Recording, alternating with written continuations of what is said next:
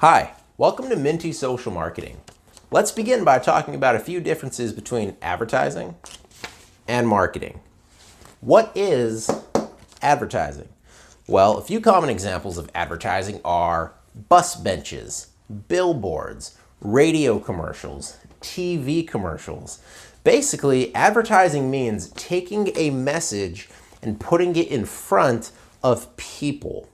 Let's say that you're driving down the road and you're on the freeway. You see a billboard on the side of the freeway that has a really big picture of a hamburger, right? A cheeseburger. And then down below it says, "Come eat this delicious cheeseburger at Carl's Jr. right now. It's only $2.99. In this particular scenario, Carl's Jr., the restaurant, is showing their message, the cheeseburger, to the people driving on the freeway. They're showing the cheeseburger, their message, to people driving on the freeway. I have a question. Out of everybody that drives past that billboard, will 100% of them have a strong desire to go buy that cheeseburger? No, not at all. Why not? Well, let's think about it. Let's say that every single minute, 100 people drive past that billboard. Out of those 100 people, about 80% of them are going to notice the sign. Out of the 80 people that are left, half of them will actually try to read the sign. Out of the 40 people that read the sign, let's take away 10, because 10 people are on a diet. Now, let's take away 5 people, because 5 people out of 30 people is a vegan or a vegetarian, and they just don't eat beef, right? So now we're at 25 people. 25 out of 100 people will read the sign, and they might consider buying it. But wait, 3 of those people just can't afford it. They just don't want to pay the money to go buy food somewhere. They're on a really strict budget, right? So how many people out of the original 100 that you paid a whole bunch of money to, you wanted to show your message to 100 people. Out of that 100 people, 22 will actually consider purchasing your cheeseburger. Figuring out what these 22 people have in common? Well, that's marketing.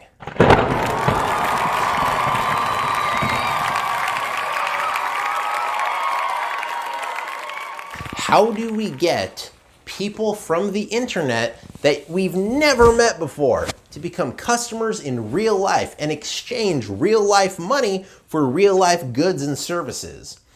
Check this out. These are internet people. I even drew the word internet people because I wanted to make a point. People in real life live in real houses or real apartments. You, a business owner, you have a storefront. A storefront is a real building. So what do we have so far? We have real people in real houses and real businesses in real storefronts. Well, the same works with the internet. Internet people need somewhere to live. Where do they live? Well, let's use Facebook as an example. There's a lot of people that live on Facebook. I know you've heard that term before, and it's a term for a reason. They live on Facebook. So who are you? Well, if you have a storefront in real life, right? Let's say that you have a little billboard out here or whatever, right? Let's just, forgive my drawing, let's just pretend this is a storefront, okay? If you have a storefront in real life, you need a storefront on the internet. So let's make you a storefront on the internet. Usually, these internet storefronts are called websites.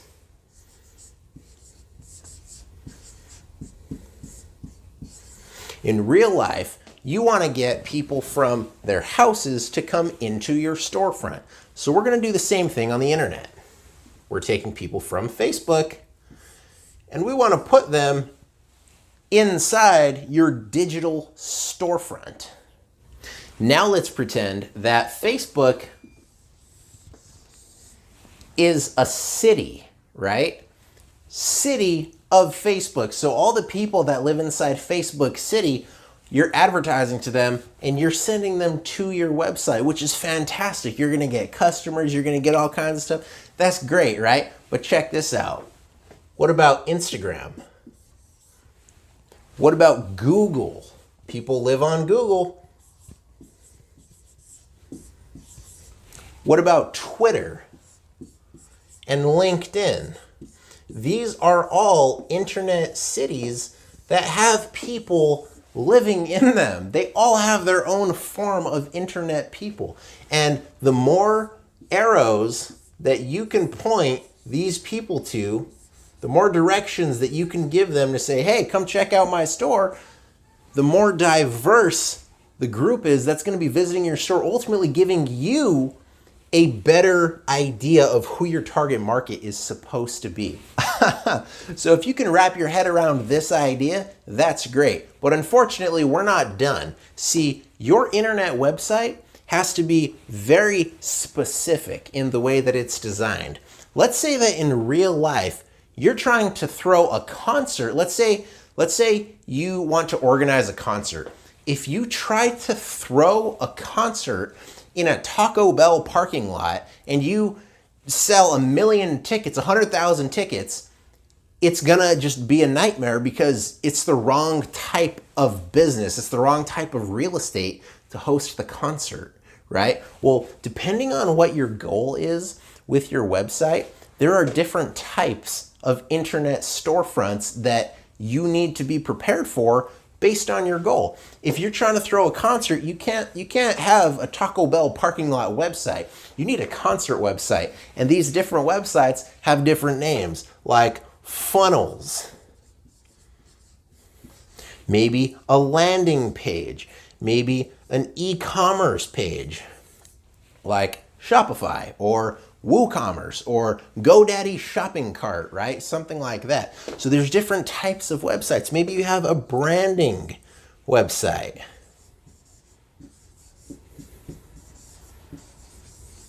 And you're going to use a lot of SEO methods, that's search engine optimization, in case you didn't know. I don't know. Some people don't know. That's why we're drawing this, because I want you to wrap your head around how the internet works. So basically, you need to take people from all these different areas and point them to your website. Not only that, but your website needs to be set up for the type of traffic that you're getting and for the objective that you're trying to accomplish. In a nutshell, that is how the internet works.